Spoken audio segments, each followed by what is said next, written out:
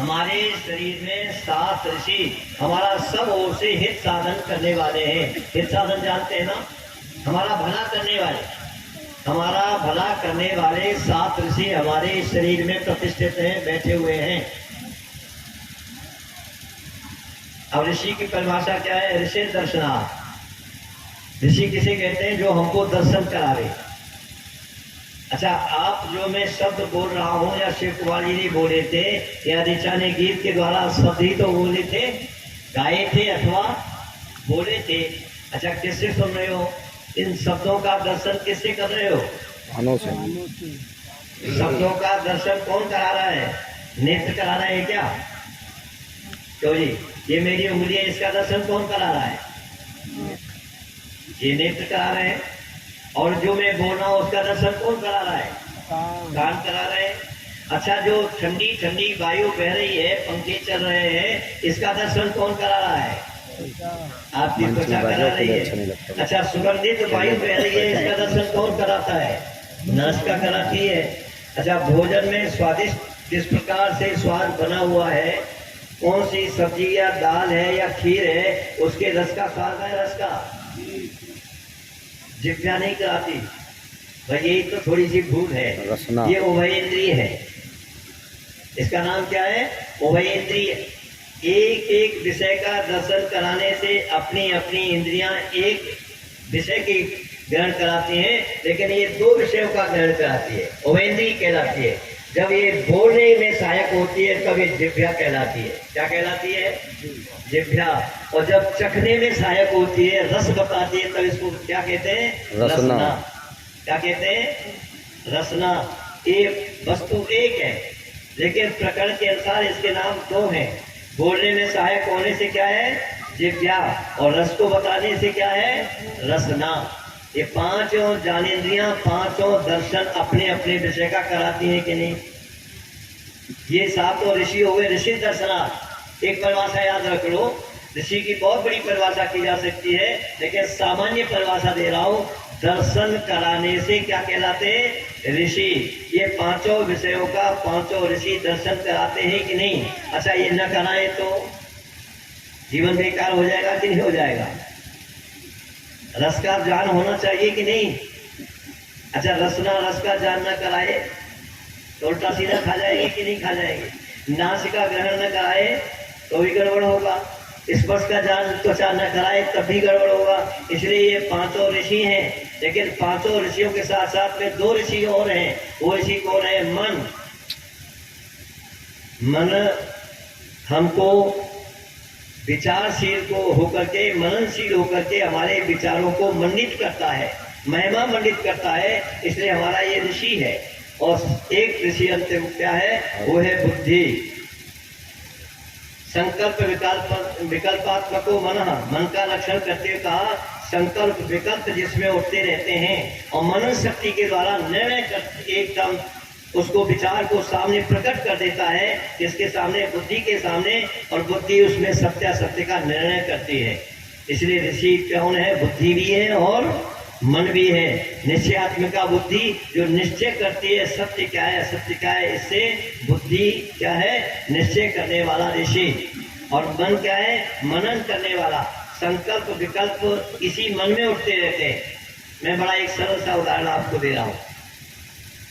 हमारे रमाकांत जी ने और उनके पुत्रों ने एक संकल्प लिया। क्या लिया संकल्प? क्या हमको उत्सव कराना है, जैसा मैंने सुना। तो ये संकल्प था कि नहीं? रमाकांत जी किधर है? उधर है। संकल्प था आपका क्या हमको उत्सव कराना है? अच्छा, उत्सव में प्रसाद करना पड़ेगा, पड़ रहा है कि नहीं? कितनी मेहनत हो रही है? 3 दिन के उत्सव में आपको जो प्रसाद करना पड़ रहा है, शरीर में थकावट, आंखों में नींद, सुनने वालों की भी और सुनाने वालों की भी। परंतु याद रखना, आपका तो 3 रात का जागरण है और हमारा 12 महीने 30 दिन का जागरण। ये शिव कुमार जी, प्रदीप जी उन्नाव जाकर के जागरण करेंगे।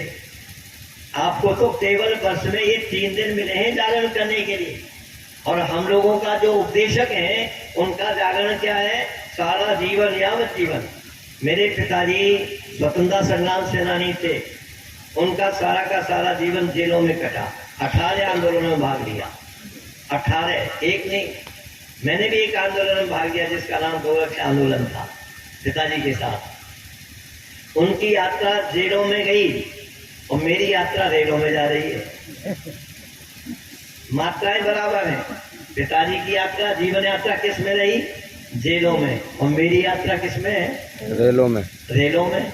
बात तो, मात्राएं तो बराबर है।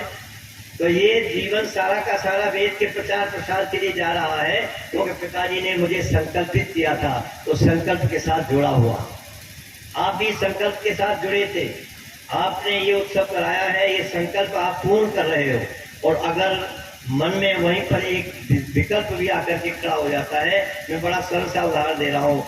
आपने अपने मित्र से 100 रुपये उधार लिए, किसी ने भी, मान लो, माना कि 100 रुपये एक मित्र ने अपने मित्र से ऋण स्वरूप उधार लिए 15 दिन के लिए या 7 दिन के लिए या 1 महीने के लिए। और 1 महीना होने के बाद वो 100 रुपये देने के लिए वापस गए और जाकर के उन्होंने 10-10 के 100 नोट, 10-10 के 100 में कितने हुए नोट? 10। लेकिन 10 की जगह 11 चले गए और वो लेकर के चले आए। बाद में इसने मित्र ने गिने तो वो कितने नोट थे? 11, यानी 110 आ गए। अब संकल्प मन देखो, संकल्प विकल्पात्मक बना। मैं दर्शन की बात कर रहा हूँ। इस मन में संकल्प विकल्प दोनों उठते हैं, इसलिए इसको मन कहते हैं। मन का ये लक्षण क्या है दर्शनकारों ने? संकल्प मन कहता है 10 रुपये मित्र से भूल से आ गए, उसको लौटा देनी चाहिए। तुरंत विकल्प मन आकर के खड़ा हो गया, बोले मित्र ने तो हमको 100 रुपये ही गिन करके दिए, उसकी दृष्टि में तो हमारे पास 100 ही आए हैं, 10 भूल से आ गए, तो उसमें मेरी कोई गलती नहीं है, ये तो गलती उसकी है, मत लौटाओ। एक संकल्प कहता है उसके 10 रुपये लौटा देने चाहिए। विकल्प मन क्या कहता है? नहीं लौटाने चाहिए। अब जरा विचार करना, संकल्प की बात मान लेता है तो जब जब वो मित्र सामने पड़ेगा, मित्र क्या सोचेगा? अरे इस युग में ऐसे लोग भी हैं, मेरे से तो 100 रुपये ही मैंने दिए थे गिन करके, लेकिन भूल से 10 रुपये अधिक चले गए तो उसने मेरे वापस कर दिए, वापस कर दिए। ऐसे लोग भी हैं। तो जब जब वो मित्र सामने पड़ेगा तो बताओ आंख से आंख मिलेगी कि नहीं? अगर स्वाभिमान के साथ में सीना 56 इंच का हो जाएगा कि नहीं हो जाएगा? सीना चौड़ा होगा। और अगर विकल्प मन की बात मान ली और 10 रुपये वापस नहीं किए तो मन में क्या आएगा? अरे घर जाकर के गिने अवश्य होंगे और 10 रुपये कम पड़े होंगे तो सोचा होगा कि बस उसी के पास चलेंगे, बड़ा बेईमान है, अगर ईमानदार होता तो मेरे 10 रुपये वापस करने आता। बेईमान है, उसने अपने पास रख लिए। अच्छा, जब जब वो मित्र सामने पड़ेगा तो सच बताना, आंख से आंख मिलेगी, सीना चौड़ा होगा, स्वाभिमान गिर जाएगा। ध्यान रखना, जो व्यक्ति संकल्प की बात मान करके सच्चे रास्ते पर चलता है वह उसका स्वाभिमान जाग जाता है, और जो व्यक्ति बेईमानी के रास्ते पर पड़ता है उसका स्वाभिमान गिर जाता है। आपकी बात समझ में आ रही है कि नहीं आ रही? ये ऋषि है कि नहीं ऋषि? संकल्प विकल्प इस मन में ही उठते हैं। एक आप जानते हैं पत्रवाहक, जिसको डाकिया कहते हैं, वो जा रहा है 6000 का बीमा लेकर के, और 6000 के बीमा को लेकर के जा रहा है, उससे गिर गया। साइकिल पर चलते थे पहले, अब भी चलते हैं, आपके गांव में भी आता होगा पत्रवाहक। हालांकि इसने मोबाइल ने ये सब खत्म कर दिया जा रहा था, लेकिन फिर भी डाक तो चल रही है आवश्यक। 6000 का बीमा गिर गया और एक नौजवान को मिल गया। नौजवान ने देखा ये बीमा इससे गिरा है, जो आगे पत्रवाहक जा रहा है, डाकिया जा रहा है, इससे ये बीमा गिर गया है, इसको 6000 का दंड इस पर पड़ेगा, इसलिए वापस कर इसको दे देना चाहिए। दौड़ लगाता है और साइकिल वाले को रोकता है और कहता है पत्रवाहक, डाकिया, ये तेरा बीमा गिर गया है, 6000 का ले ले। तो बहुत खुश हुआ। इस युग में ऐसे नौजवान भी है, 6000 का बीमा ये बचा भी सकता था। क्यों ये बचा सकता था कि नहीं? रख लेता अपने पास, 6000 मिलने मुफ्त में, लेकिन नहीं, दौड़ करके वापस करता है। अखबारों में चित्र सहित छपता है कि 10,000 6,000 का बीमा गिर गया था और एक नवयुवक को मिला, उसने वापस कर दिया। फोटो सहित छपा, खबर छपी, बड़ी प्रसन्नता हुई। लेकिन कुछ दिनों के बाद ये युवक एक 5 स्टार होटल में भोजन करने जाता है और जब भोजन करने जाता है तो जानते हो वहां पर सारे पात्र बड़े अच्छे होते हैं। एक चम्मच पर इसकी नीयत दिख जाती है, बहुत चम्मच सुंदर थी, उसने जेब में रख ली और जब जेब में रख ली और थाली वापस गई तो एक चम्मच गायब। पूछा गया ये थाली किसके पास थी, तो उस युवक की ओर इशारा किया गया। जब उस युवक की ओर इशारा किया गया तो युवक से कहा तुमने चम्मच चुरा ली है। युवक कहता नहीं चुराई। जानते हो होटल में और घर की रसोई में कितना अंतर है, आप जानते हो ना, शायद बताया हो, हमारे उद्देश्य होने किसी ने भी, इन बच्चों ने किसी ने बताया होगा। होटल का अभिप्राय तेरे पास पैसा हो तो आ और नहीं तो चल माने चला जा। और होटल वाला भी बार बार आपसे व्यंजन के लिए पूछता है, बाबूजी ये चाहिए वो चाहिए, बताता है कि नहीं बताता। ये चीज बहुत अच्छी बनी है।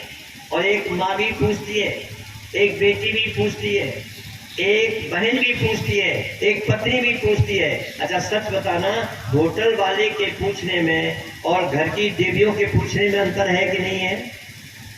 होटल वाला किस लिए पूछता है बार बार? होटल का टोटल बनाने के लिए। होटल का टोटल जितना बाबूजी अधिक ले लेंगे उतना हमारा टोटल बनेगा। लेकिन क्या माँ की भावना यही है, पत्नी की भावना ये है, बेटी की भावना ये है, बहन की भावना ये है? अरे इनकी भावनाएं सद्विचारों के साथ आपके साथ जुड़ी हैं, आपकी पुष्टि के, आपके स्वास्थ्य के साथ में जुड़ी हैं। लेकिन होटल वाले की भावना तुम्हारे साथ नहीं जुड़ी है, उसकी भावना केवल टोटल के साथ जुड़ी है। टोटल वाले होटल की एक चम्मच गायब हो जाती है, पूछा जाता है, इस युवक को पकड़ लिया जाता है, कहा जाता है तूने चम्मच चुरा ली। क्यों? अभी तक इसने जब तक 6,000 का बीमा वापस किया था, घर की रसोई का भोजन किया था, इसलिए इसके मन में सात्विकता थी। ध्यान रखना, जैसा खाओ अन्न वैसा बने मन। मन में कभी को विचार नहीं आया, सुविचार आया था तो बीमा वापस कर दिया, और जब होटल में चला गया तो इसके दूषित अन्न का इस पर प्रभाव पड़ा, और प्रभाव पड़ने का परिणाम क्या निकला? इसने एक छोटी सी चम्मच चुरा ली, पकड़ लिया गया, झगड़ा होने लगा। ये कह रहा है नहीं चुराई, मेरे पास नहीं है। होटल वाला कह रहा है तेरी चुराई है, तेरी थाली से गायब है, थोड़ी देर रुको बस, किसी को कहकर के मैं अपनी वाणी को विराम दूंगा। होटल वाला क्या कहता है? मैंने चुराई है, और ये कहता है मैंने नहीं चुराई। एक सज्जन जैसे हमारे रमाकांत जी हैं, ऐसे व्यक्ति पहुंचे और कहने लगे अरे किस युवक को तुमने पकड़ रखा है? ये तो वही युवक है जिसने 6,000 का बीमा कुछ दिन पहले वापस किया था, ये तुम्हारी चम्मच नहीं चुरा सकता। एकदम संकल्प मन को झटका लगा, एकदम जागृत उठा।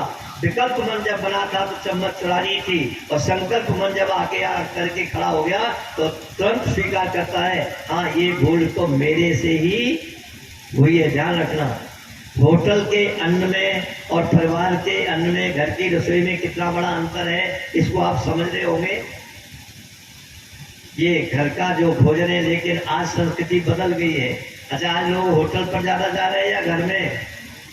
बड़े बड़े शहरों में जाकर के देखो, मैं तो देखता हूँ चाट के ठेले पर भीड़ लगी रहती है शाम को, वहां पर जाकर के होटल की संस्कृति हावी है। और होटल की संस्कृति हावी होने का तात्पर्य है कि हमारी बुद्धि भी दूषित हो गई है और हमारे मन में भी विकल्प ने स्थान बना लिया है।